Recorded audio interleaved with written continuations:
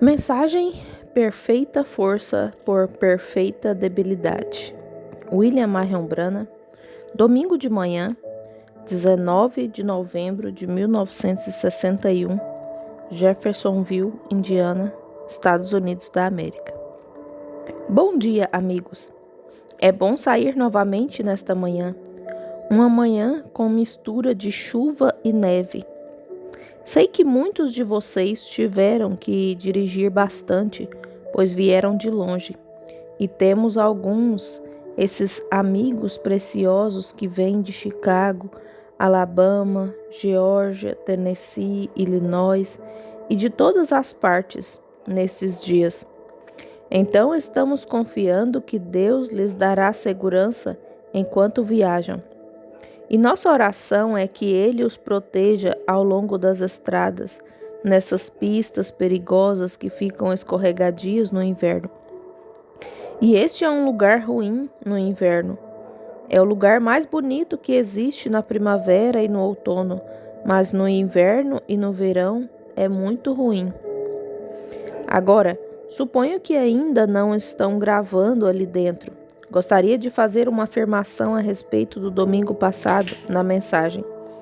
A razão pela qual eu retive a fita e não deixei que vendessem a fita, nem que a distribuíssem, foi porque eu tenho que revisá-la primeiro. Porque muitas vezes, ao fazê-lo assim, eu digo coisas aqui na igreja que eu não poria diante do restante do público desta forma. Porque às vezes isso causa tropeços e às vezes causa dúvidas até entre o nosso povo aqui no tabernáculo. E eu não digo essas coisas para ser insensível, mas às vezes, sob a unção, você sabe coisas que não ousaria contar às pessoas. Então, às vezes, sob a unção, algo escapa, sabe? E você não percebe. E uma das coisas que eu creio que foi dita no domingo passado, que pode fazer com que alguém... foi quando mencionei que nunca criei em chamadas de altar. Quero me referir a isso e esclarecer para que vocês compreendam. Nunca houve uma chamada ao altar em toda a Bíblia. Não existe tal coisa nas Escrituras. Em nenhum lugar ao longo das eras isso foi feito, até a era metodista, cerca de 200 anos atrás. Chamadas ao altar são quando as pessoas se aproximam e tentam persuadir e arrastar as pessoas. Vamos, João, você sabe, sua mãe morreu orando por você. Vamos, João. E isso não é convicção, amigos. Não, esse tipo de coisa dificilmente você vai ouvir de alguém assim que vá muito longe. E com isso você traz de tudo.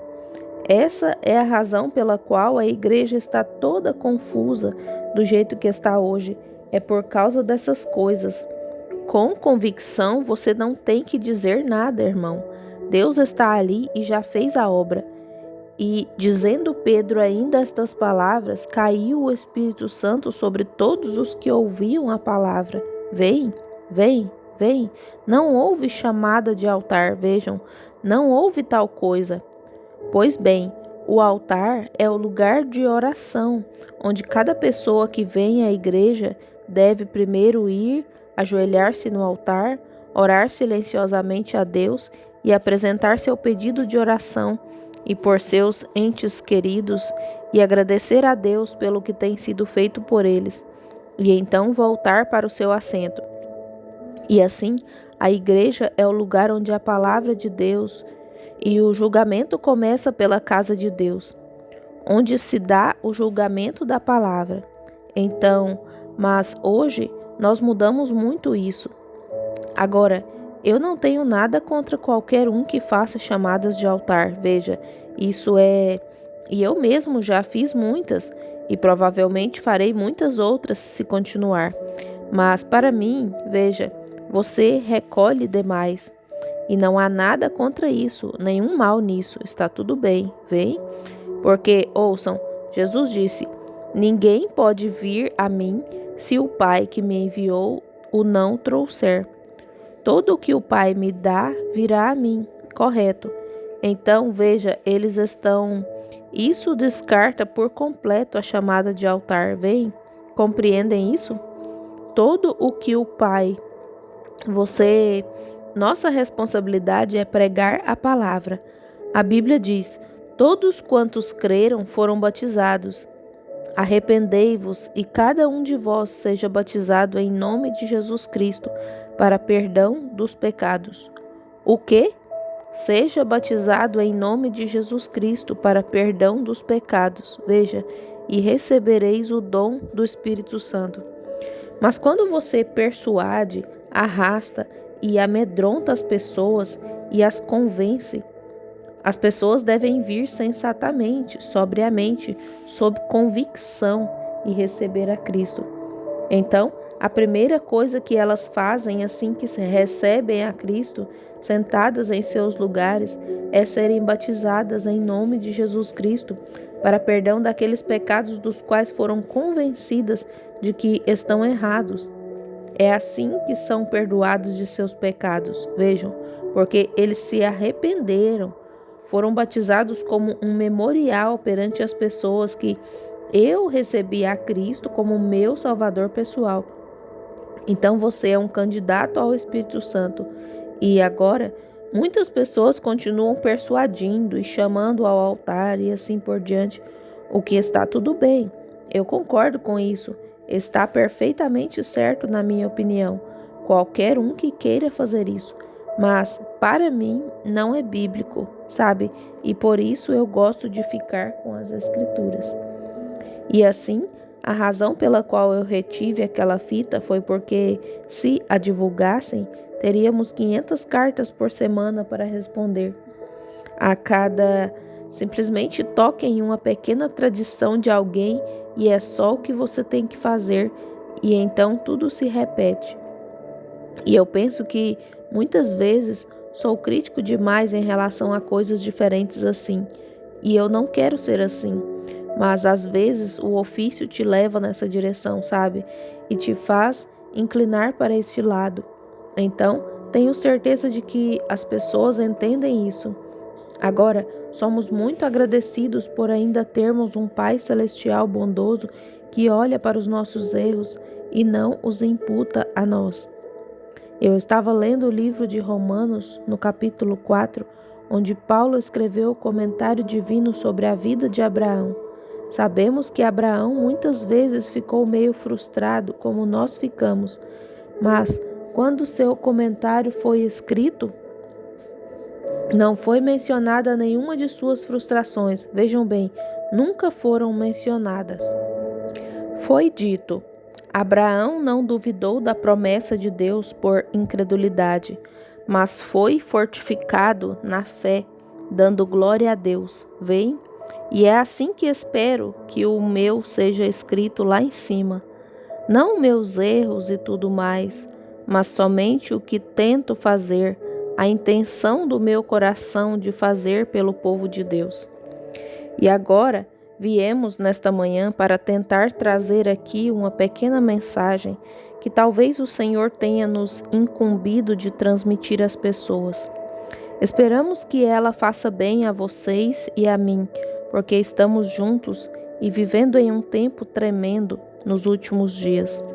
Assim, antes de fazermos a oração, gostaria de ler algumas passagens da palavra, uma antes da oração e outra depois da oração. E primeiro, para abrir nosso culto, ou essa parte dele, gostaria de ler o livro de Hebreus. Hebreus capítulo 11, versículo 32, começando onde fala sobre fé. E que mais direi? Faltar-me-ia o tempo contando de Gideão, e de Baraque, e de Sansão, e de Jefté, e de Davi, e de Samuel, e dos profetas, os quais pela fé venceram reinos, e praticaram a justiça, alcançaram promessas, fecharam as bocas dos leões, apagaram a força do fogo, escaparam do fio da espada, da fraqueza tiraram forças, na batalha se esforçaram, puseram em fuga os exércitos dos estranhos. As mulheres receberam pela ressurreição os seus mortos. Uns foram torturados, não aceitando o seu livramento, para alcançarem uma melhor ressurreição, e outros experimentaram escárnios e açoites, e até cadeias e prisões. Foram apedrejados, serrados, tentados, mortos ao fio da espada, andaram vestidos de peles de ovelhas e de cabras, desamparados, aflitos e maltratados. Observe estes parênteses, dos quais o mundo não era digno. Errantes pelos desertos e montes e pelas covas e cavernas da terra, e todos estes, tendo tido testemunho pela fé, não alcançaram a promessa, provendo Deus alguma coisa melhor a nosso respeito, para que eles, sem nós, não fossem aperfeiçoados. Quando leio a história desses valentes soldados, fico imaginando onde estará nosso pequeno testemunho diante dessas pessoas naquele dia. Antes da oração, alguém gostaria de ser lembrado diante de Deus? Apenas levante a mão, e o que quer que você precise, que Ele veja e ouça e conceda a você agora, enquanto inclinamos as cabeças. Nosso gracioso e amoroso Pai, humildemente nos aproximamos de Teu trono nesta manhã, no nome de Jesus, Teu Filho, para orar por nós mesmos e pelos outros. Primeiramente, Senhor, perdoe-nos de todas as nossas transgressões e iniquidades. Então, rogamos pelos outros, Senhor, para que eles também sejam perdoados e que Tua igreja seja atraída para mais perto de Ti, porque verdadeiramente, Senhor, em nosso coração, cremos que Tu estás pronto para realizar uma obra em Tua igreja, pronto para tirá-la do mundo e trasladá-la para o reino de Deus. Mas, Senhor, ajude-nos a nos prepararmos para essa hora. Que esta manhã seja o momento, Senhor, em que todos nós deixemos todo o embaraço e o pecado que tão de perto nos rodeia, para corrermos com paciência a carreira que nos está proposta. E eu rogo, Pai Celestial, hoje, que Tu cures os enfermos e os aflitos. Muitos estão sofrendo em todo o país, com pragas e vírus, como os médicos os chamam. E rogo que Tuas virtudes curadoras, Senhor, sejam para essas pessoas. Depois, ao vir à nossa pequena assembleia aqui nessa manhã, muitos dirigiram centenas de milhas, começando tarde da noite passada e durante toda a noite e até de manhã, hoje, dirigindo intensamente para chegar ao tabernáculo. E está nevando ao longo da estrada. Deus, rogamos que Tu os abençoes de uma maneira especial. Sem dúvida, muitos tiveram que abrir mão de grande parte de sua comida da semana seguinte ou do que quer que fosse, ou de coisas com as quais poderiam ter gastado seu dinheiro, como gasolina e outras coisas para vir.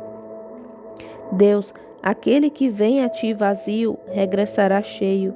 Tu prometeste isso, e eu rogo que Tu enchas os corações e os cestos de suas almas, tanto de coisas boas de Deus, que eles saiam transbordando de gozo inefável e glorioso. Que os cálices dessas pessoas preciosas transbordem de coisas boas e espirituais de Deus. Abençoe cada mão. Tu conheces a necessidade que está por trás desta mão, Senhor. Peço que Tu as abençoes de uma forma especial. Vimos na semana passada como Tu respondeste tão milagrosamente à oração em questão de instantes, em momentos de emergência, doença e problemas. Tu és Deus onipresente, que estás ao lado de Teus servos. Rogo, Deus, que Tu estejas ao lado destes nesta manhã. Conceda-lhes o desejo de seus corações, Senhor. Não creio que tenha sido por algo egoísta, qualquer motivo ruim por trás disso. Rogo que Tu os abençoes. E agora, Pai, lembra-te de mim, de nós, hoje, e que eu possa sair do caminho, todos nós, desde o pastor até as crianças, que possamos nos colocar de lado no altar de Deus e abrir nossos corações e ouvir o Espírito Santo enquanto ele fala conosco. Vire nossos vasos para tuas bênçãos, para receber tuas bênçãos, com o lado certo para cima. Então, derrame o poder do azeite da unção neles e nos dê a força, Senhor, de que precisamos para os dias que virão. Conceda esta bênção, pedimos em nome de Jesus. Amém.